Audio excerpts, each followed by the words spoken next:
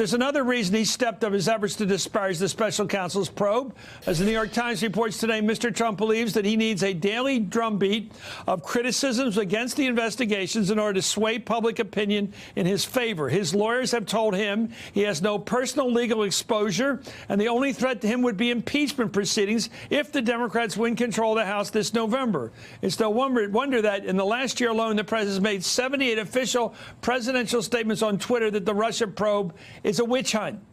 Tonight, almost 38 hours since the president called for an end to the investigation, Trump has not withdrawn his statement.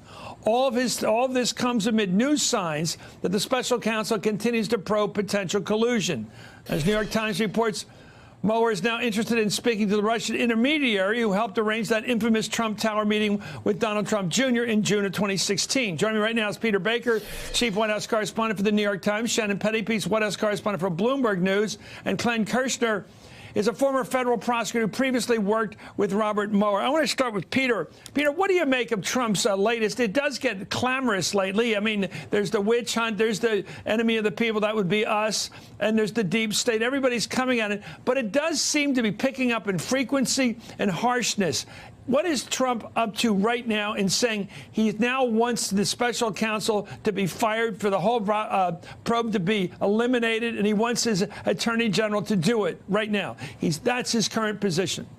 Yeah, no, it does seem like he's lashing out more and more lately. He was very upset at the coverage of his meeting with Vladimir Putin in Helsinki. He's very upset at the news of Michael Cohen, his former lawyer, having taped his conversation about a possible payoff to a woman who claimed that he had an affair with her. So, I think he's feeling the pressure, he's feeling the heat, and he's lashing out. Now, yesterday's tweet takes him further up toward that line that so far he hasn't been willing to cross, which is to actually give an order saying fire Rod Rosenstein, fire, Robert Mueller, actually take an action that he knows Congress, even Republicans, would object to pretty strenuously. So he inches up close to that line. He makes his point of view well known.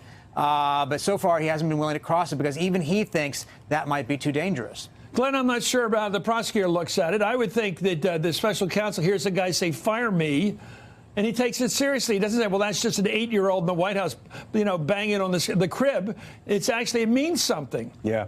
I think, by the way, the president's defenders act like he is an 8-year-old with a banging on the side of the crib because they keep saying, oh, don't ignore what he says. Yeah. I think, Chris, when we look at the president's tweets, first of all, tweets equal evidence in a criminal case. They just do. There's a federal rule of evidence. It's called statement of a party opponent. If the president were ever to end up a defendant in court, those tweets are directly admissible to prove his state of mind, his intent, his conduct, who he was angry with, and what he intended to do. But guess what? Guess what are not admissible in court? Walkbacks. So, Sarah Huckabee Sanders trying to walk it back, that's not admissible, and it will never modify what the president tweeted about in court. The same holds true for Mr. Giuliani. His legs must be deadly tired from walking so many things back. Every walkback will never see the inside of the courtroom. The presidential tweets will. Yeah, but that's the thing, that this isn't going to be in court, is what the president's lawyers are banking on, that the Justice Department's guidelines say you cannot indict a sitting president. So they are banking on that if the president is found of doing something inappropriately, this will then go to Congress, and then that is the court of public opinion. So that tweet yesterday is all about chipping away at Mueller's credibility, riling up his base, making them feel under attack. But calling for the firing, basically, of the guy prosecuting, doesn't that sound like obstruction even to his friends? What else could it be? I mean, I viewed that as a political tweet, as something that this investigation is good for him politically, as far as riling up his base ahead of November 2018 to show what is at stake in the 2018 elections, and also what is at stake with the Supreme Court pick. If you get Kavanaugh on there, who has been friendly to the idea of presidential powers, that also helps you in this impeachment. I just take him literally, and I think his defenders are able to play the game. Oh, everybody knows he's a little precocious kid and he does things out of temper tantrums. But when he says, I want Mr. Attorney General to fire this prosecution, to get rid of the whole operation, to dismantle it, I think he says it because he means it and he wants it. Anyway, at the same time the president tries to discredit and destroy the investigation, he's negotiating the terms.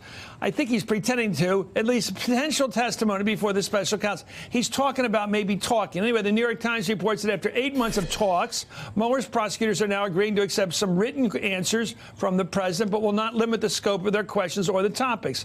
However, the president's lawyers are unwilling to concede to follow-up questions in person, citing concerns that Mr. Trump will increase his legal exposure. You bet you he will. Despite those remaining sticking points, the president is still willing to meet with prosecutors, they say, according to the Times, because in effect he believes he can convince the investigators for the special counsel of his belief that their own inquiry is a witch hunt. Well, Rudy Giuliani tells Politico tonight he will decide whether to grant special counsel Robert Mueller an interview within a week to 10 days.